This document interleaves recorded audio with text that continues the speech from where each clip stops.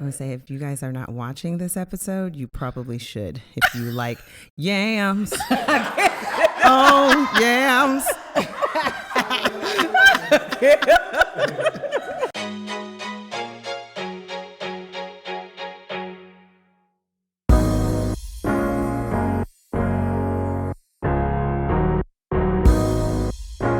Welcome to the Your Next Move podcast with Kimberly Brown. Today we have Sherhara. Y'all, if you don't feel the light just like coming, if you are listening, you'll hear it in her voice. If you are watching, you're going to feel it glowing through the lens. This is my girl, y'all. Hey, friend. Hey, friend. So I have to read receipts. You know how I am. So if you've ever heard Sherhara speak, you will feel captivated. Her list of credentials is long. We can't get through all of them today, but I'm going to show quite a few. So she's the co-founder and chief visionary officer of SpeakHaus, a training and professional development company dedicated to transforming business and thought leaders into confident, bold speakers. We also had her other co-founder, Krista Clark, on an episode. We are so excited. With over 16 years of coaching and corporate training experience, Sherhara has elevated the speaking skills of leaders for companies like Under Armour, Capital One, Toyota, AT&T, and I know I've personally learned whenever I've heard Sherhara speak. She has a deep passion for facilitating human connection and cultivating community. She loves tacos, me too, and remains the world-leading subject matter expert on the cult classic Coming to America. Yes, I am very happy to be here. I absolutely love it. So we met years ago at a business event and we stayed in touch Immediately. So you said it was 2017 when we met? It was summer 17 because I had moved to New Orleans for a nice little sabbatical. Yes. And Courtney had her conference thing. And yes. Shout out to Courtney Sanders. We've kept in touch ever since. Yes. I put 2014, 15, but we in spirit, we gonna add some. You know, Black people be liking to add stuff. Yes, we just added a few years. So today we're going to talk all about public speaking. So I'd love to hear a little bit, like, how did you get started with public speaking and communication? Okay, so this is one thing that I love to share. Back in 5th grade, and I want everybody to go back to 5th grade. Okay. They had this program, and they chose a couple of students to get trained on conflict management. Interesting. Yes. In 5th grade. In 5th grade, and they were called the Maywood Mediators. Okay. And so they put us in the room. They taught us about conflict resolution. Okay. They gave us these green sashes, and they gave us this green clipboard, and then like the steps, you know, like how you're supposed to move through conflict resolution. Really? And they let us loose on the playground and was like, go seek the beef. And then really, yeah, and then go resolve some issues. So you had to go find fights on the playground, and then we had to go try to make sure that they don't be fighting. You know, like we had to talk them down. Now, you know, I went to a Black elementary school, so that was interesting because you know I'm loud, they get loud, and I want to get loud, but I had to learn, right? Wow. But I mean, I offer that story because I would say outside of just my upbringing with my parents and my family, that was one of the first early childhood memories I had of someone affirming my voice. Interesting. Okay. And so at that moment, that was the first thing. It's like a snowball effect. And then when you get into middle school, there's something else where someone affirms your voice, affirms your talent, affirms your skill, affirms your creativity. Yeah. And as a child, that is so important to be affirmed. And I find that in your adulthood now, yes, I can pretty much guarantee that there's something that you feel resistance towards, that you feel held back on, that you kind of shy away from. Mm-hmm. Maybe you try to hide it and protect it as if it doesn't exist. And that thing that causes you resistance is probably the same thing that wasn't affirmed in you as a child. 100%. And so you show up not feeling like it's something that you know how to do, you're capable of doing, even though you know it's within you to do. Yeah. But since it wasn't affirmed early on, it's a little bit more of an uphill battle to try to overcome that lack of feeling like it's not validated or it's not accepted. So for me, I would say that I got my start back then. Okay. And then I just was like, well, this is what I got. This all it is. I ain't had no choice, you know?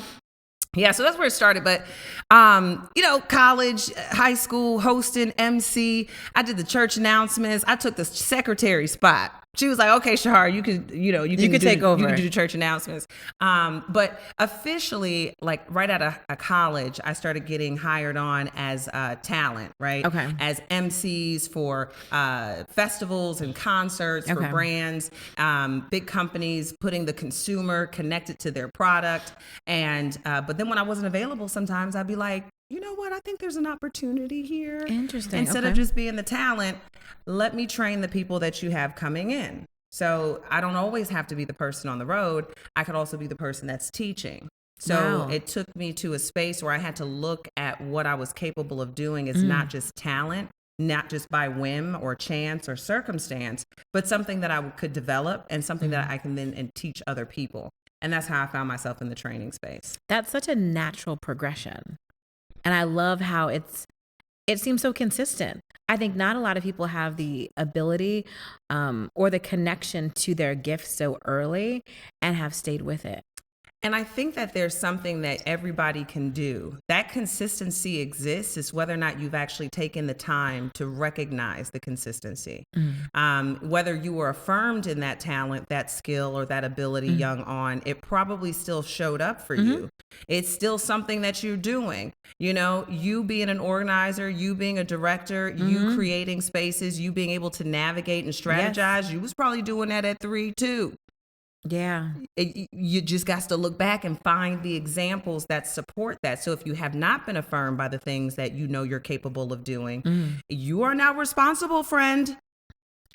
Out there, you are now responsible. So you can go back and look at your life and see where your, as you say, your zone of genius has popped up. Yeah. And look at those circumstances, look at those scenes, look at those transitions, look at those turning points. And you will find the evidence of your greatness and your expertise if you stop and pay attention and look for it. And then you don't need somebody else to tell you that you're good at it. I've been good at it since I was 3. Period. Pooh. So when we talk about communication, I think that it's so easy to think public speaking, right? When we think communication, we think speaking and training, we immediately think, oh my gosh, I need to be in front of a room. I need to do a podcast or something that it's big, right? Can you talk a little bit more about how your work helps in other areas? And you touched on that with your 5th grade story, but we'd love to hear a little bit more about that. Yeah. I mean, for me, I say public speaking is every time you open up your mouth and words fall out and somebody other than yourself is listening. Because we know we do talk to ourselves, right? Yes. I know you probably do. 100%. Full conversations. So when we talk and other people are listening, I consider that public speaking. So you don't have to turn it on. You don't have to turn it off. It's technically always there. Okay. But I find that the common denominator behind really what communication is and talking is and public speaking is human connection. And that's the reason why it's like I'm here to kind of cultivate human connection for that other people can make it feel like it's seamless, it's effortless. Okay. And it shows up in all different spaces. So even if you're on that formal stage, giving your TED Talk or giving your quarterly review, it's still going to come down to whether or not you're able to make connection with the people who are listening. And then after you get done with that formal talk, then there's a dinner. And this is where people really want to show up. And that interpersonal communication, 100%. where it's more so about the listening. It's about the contributing. It's about organizing maybe that one idea and being able to communicate it. It's about communicating your value. 100%. It shows up when you have to introduce yourself or that crazy question where people be like, so tell me a little bit about yourself, right? Yes. Being prepared for that moment. Yeah. Being encouragement for your friends, for your colleagues, for your coworkers, right? All of that shows up on a daily basis. And at SpeakHaus, that's where we kind of root a lot of our coaching is yes, it's about the articulation. And no, I don't give a damn about you saying and uhs. I say it. If somebody's paying attention to the uhs, and ums, that just means that you're not connecting with them and they are being distracted by something that's not important. So if you're talking about something that's important to the both of you, meaning facilitating that connection, then they will not be distracted by that silly stuff. It's all right. You can let the people know. Okay. I won't say it, friends. This is professional today. That makes so much sense though. And I've never heard it mentioned that way. I feel like there's so many organizations that teach public speaking and they're counting your ums and your likes and the filler words, right? They're saying to get through without the filler words. That is literally the first time I've heard it the other way, that if you are really connecting, that stuff does not matter. Yes. And the thing about public speaking, especially from the approach that we're attacking at SpeakHaus, is it's tough to judge whether or not you've improved. There's a couple of reasons why I talk like this right now, because if you get traditional coaching, they want you to sound like this. Boo boo, that ain't me. Yes. And professional is ridded. The idea of sounding professional is loaded with racism. It's loaded with sounding like them or the other, and not incorporating the cultural aspects that make you who you are, which is the reason why we feel like I want to feel more authentic when I speak. But if you go out and get coaching and they trying to get you to sound professional when that ain't how you talk, then how the hell you gonna feel authentic to yourself? Exactly. And so the uhs and the ums, that's something where it's like we need a metric. We need to find a way to measure whether or not you've gotten better. When in actuality, you know you're an effective communicator when you can connect with people, but nobody teaches towards that because it's something that is intangible. So when you work with SpeakHaus, it's about really connecting with yourself in the space of the self-awareness, and we know you want to walk away feeling like you did the damn thing. Yes. You want to walk away feeling like, yes, I did that. And that ain't got nothing to do with an or an And it has absolutely everything to do with how good you feel about expressing yourself in your truest way, being authentic. So podcasts like this, I get so into the guests where I'm like, where are my notes? Like, am I supposed to ask a question? Notes. Do I have to ask a question? Because I feel like I'm learning. Like, I'm a public speaker, and one of the things I struggle with is being more authentic. If you listen to these episodes versus my first video season, I'm getting better and better, enjoying my personality. And I feel like when I have a conversation with you, I'm going to chop it up and I'm going to talk how I'm going to talk. We had a conversation before this. We're going to talk how we're going to talk. But when I'm here, I definitely feel that, hi, welcome to the Your Next Move podcast with Kimberly Brown. Thank you so much for being here. I can feel it. I can feel this shift. It's like when you answer the phone. Yes. The voice. And you realize it's your friend if they got a new phone number. Yep. Because you'll be like, hi, Kimberly speaking. And when you know it's your friend, I'm like, how you doing? And I'll talk like that instead, completely different.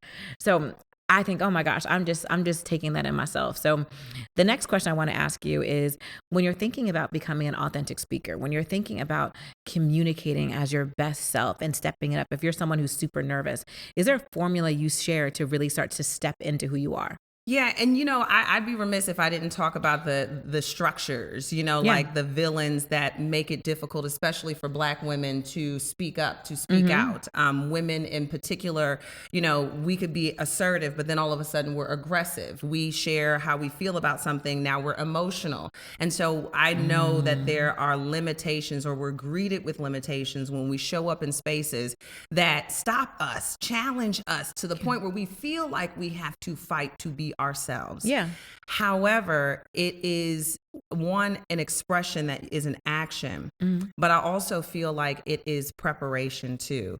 Constantly have to fill yourself back up. So, at SpeakHaus, one of our lead approaches is the space of self-awareness, right? How conscious are you of yourself? And the only way that you can really be in tune with that is to pray, meditate, read, journal, get therapy.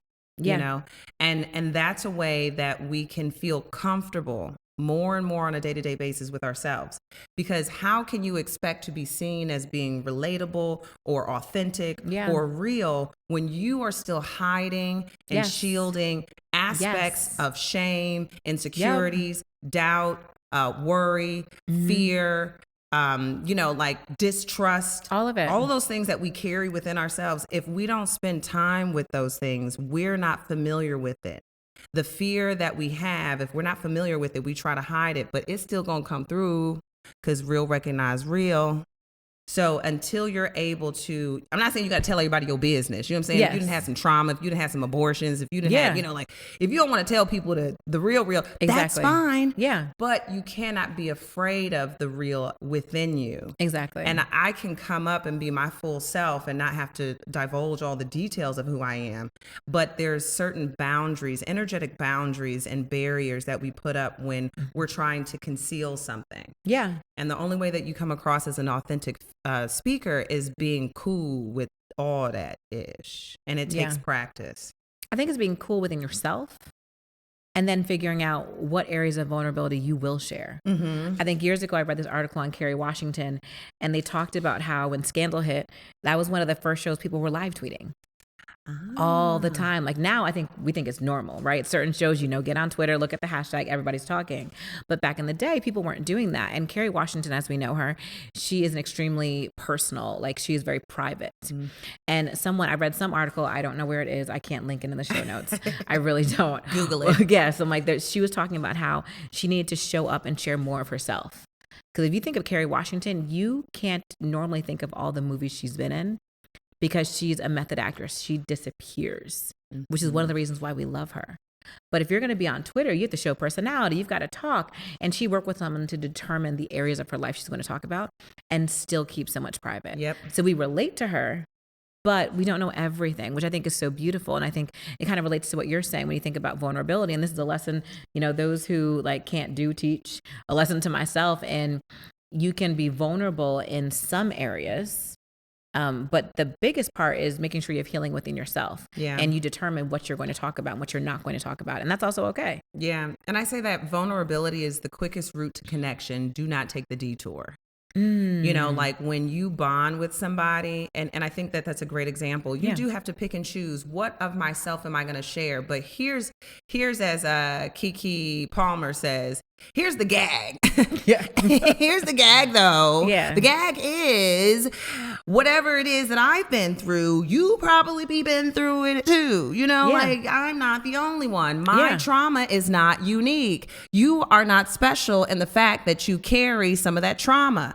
Instead, you're more special because you can reveal it and then heal through the camaraderie and connection between somebody else. Yeah. That is highly effective public speaking. Yes. When your voice and you use your words in order to cultivate connection, that becomes more meaningful. Otherwise, you're just a talking head. You might as well just be a voiceover artist. Wow. Oh my gosh. So how would someone know when it's time to call SpeakHaus and call you to go through this training? Ooh, okay. So we always say, I think the one thing that I definitely hear a lot is you have this amazing experience. You have this amazing expertise. You know that you're showing up in spaces where you have to present yourself. You got to speak, you got to connect, whether you're in corporate or entrepreneurial. But when you sit down sometimes after speaking and you say to yourself, damn, I forgot to say this. Ooh, I forgot to say that. I can feel it. I can feel it. I've been there.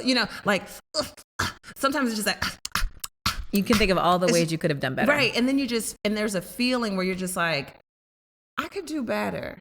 I definitely can do better. And those are the people that we absolutely love, because that means that you're ready to put in the work. Got it. Me being the greatest speaker that you've ever heard on planet Earth.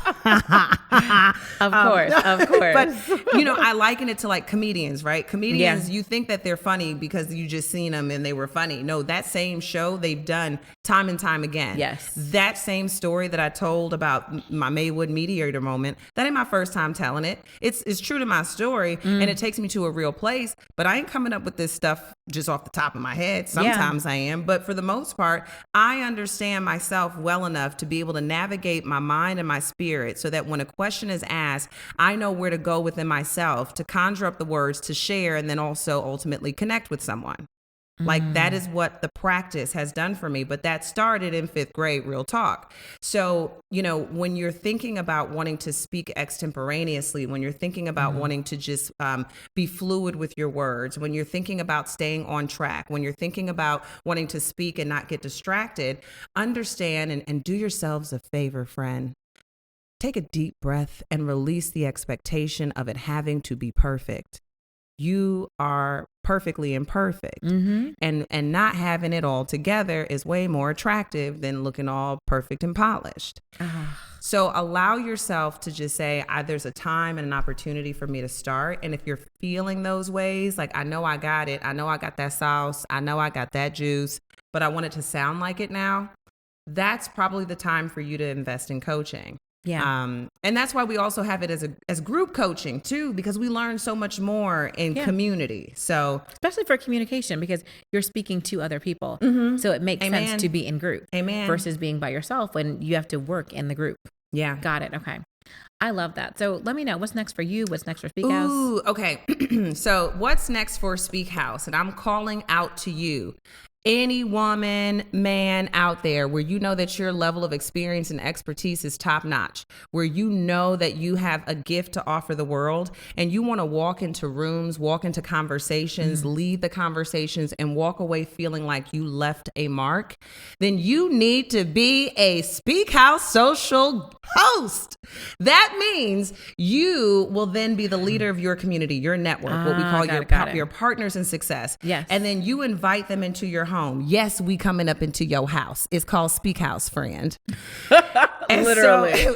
But I always say this. I'm like, there's always these rooms that we want to be in. We see it on Instagram and we want to be in those rooms. Yes. It's time for us to create those rooms. And so when you become a SpeakHaus social host, you're now differentiating yourself as a leader. You're communicating to your network that I'm going to introduce you to something that we all need. Yeah. You're also saying to yourself, I'm going to create the room that I desire to be in. And Issa Rae said it perfectly in one way or another, where she's like, it's time to network laterally. Yeah. You build with those that are right alongside you, us being a great example of that. Yes. But then we show up at your house. It'd probably be me starting out until we expand, like Krista said, which we got to talk about Krista real quick because I want to add on to some of this stuff. But we come to your home, you bring in your network of people, 7 to 10, goal friends, partners in success, and then we coach you. We spend time getting our finances together for that trip to Tulum on somebody's birthday. When it's somebody's birthday, we bring in Candy Coated. No shade to Candy Coated because I did buy your products, but we go and get the dildos and the body products. And all right. You know what I'm saying? Like we're using our financial resources. How much money do we spend on extra bacon and avocado at brunch on Sunday?